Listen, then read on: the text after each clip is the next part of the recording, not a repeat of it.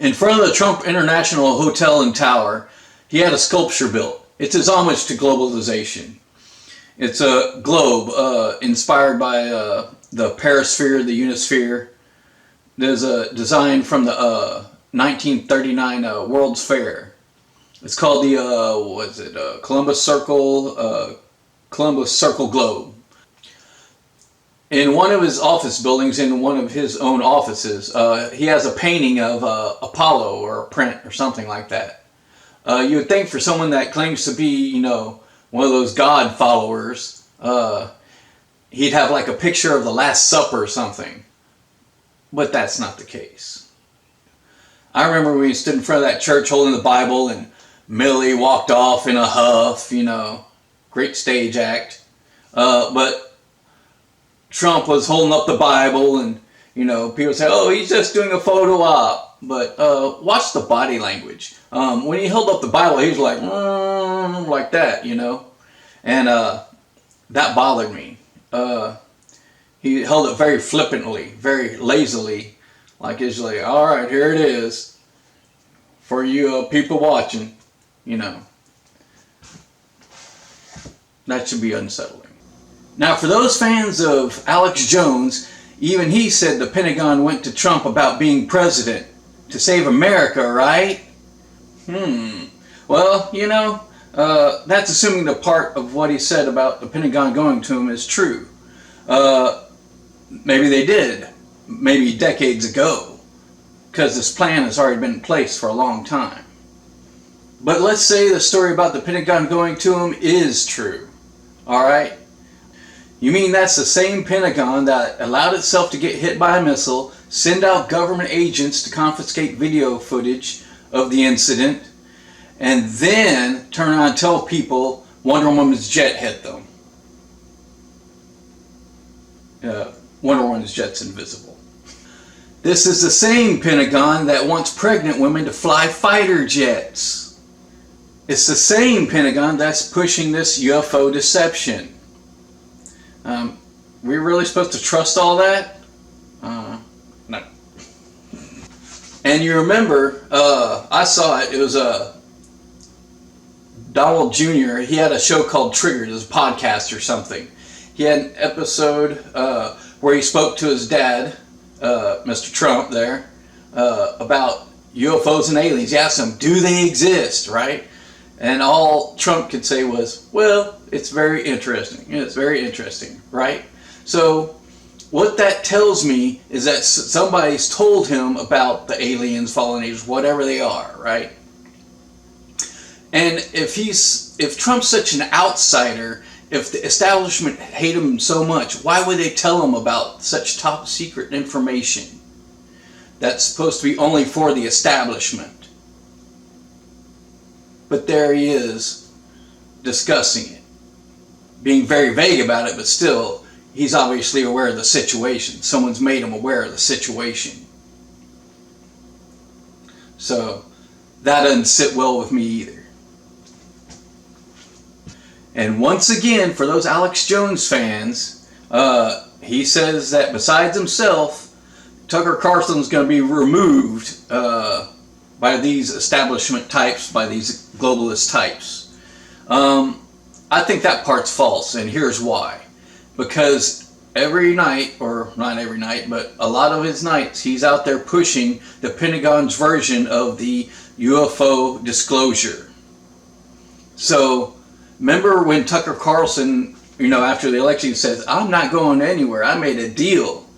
Well, the deal is he's going to push this UFO disclosure version of the story that the Pentagon has. So he's not going anywhere. As long as he's pushing their story, he's safe. And that's what he's doing. In that same area of the UFO disclosure, General Mark Milley, back in 2016, was speaking to some military cadets, saying they'd have to deal with it all. Among that was little green men and hybrid armies. So that's just one more thing to think about as all this is taking place. However, when I heard back in December 2020 that Trump was calling people out for a giant rally on January 6th, I knew it was going to be a trap. I wasn't going to show up. I didn't know exactly what kind of trap, but it sounded like a setup, that there was going to be some planned event there. If I'm thinking like a bad guy, I probably would have thought it was like a super spreader event, and then the Trump supporters would have been blamed for it, and maybe that could have been a release for a biological weapon, right? I mean, if you're a bad guy and you have all of your, or a good portion of your enemy in one area, I mean, it'd be a great place to say, all right, stick it to them. Apparently, they did more of a push for a police state maneuver, I guess. I don't know. So, something we have to ask ourselves, if you still think Trump's with you. And don't get me wrong, I don't say these things to bash Trump supporters. I think they're still, that's not the problem. Because many of those people are still trying to fight globalism, trying to fight pedophiles and all this kind of stuff. They're trying to do the right thing. This isn't against them.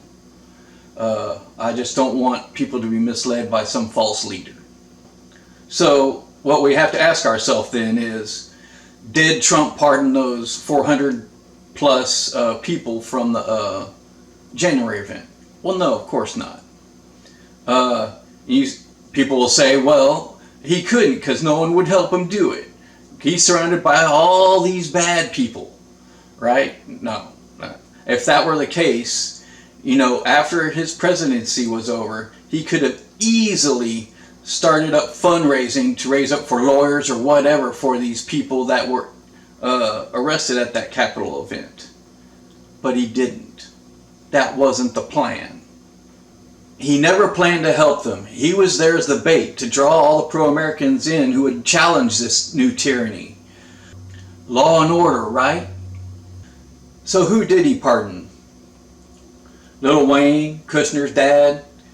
At the beginning, he pardoned some decent people, of course, but he had to draw some people in at the beginning, like getting rid of TPP. He had to do some pro-American things to get people on board so the agenda could be pushed with all of that. And then once he's gone, of course, all the pro-American stuff goes away. The agenda items stay. So who didn't he pardon? Julian Assange, Snowden? That should have been one of those big clues. But again, people say, oh, he was surrounded, he couldn't do it. I don't buy it. Don't think he tried to bait people? Recently, he tried to start a social website and it didn't work out. People said he was surrounded by bad people that gave him bad advice on social networking. What? The whole previous, his whole administration about him knowing how to use social media, that's how he was able to beat everybody, because he knew how to work the social networks. He was a genius then, right? So why is now all of a sudden he's just stupid and doesn't understand it? I don't buy it. He was never going to get rid of the social media censorship. Trump set himself up that way so that if the president could be censored like that, that means everyone could be. He knew the plan. People right now think he's going to be indicted. They ran him through impeachment before. None of it ever stuck. They're going to try to indict him on criminal charges. That's not going to stick either. All that's designed to do is to get people riled up and mad and divide people even more on which side they want to go. That's all that's designed to do. 8D chess, right? They're playing it all right, but not in our favor.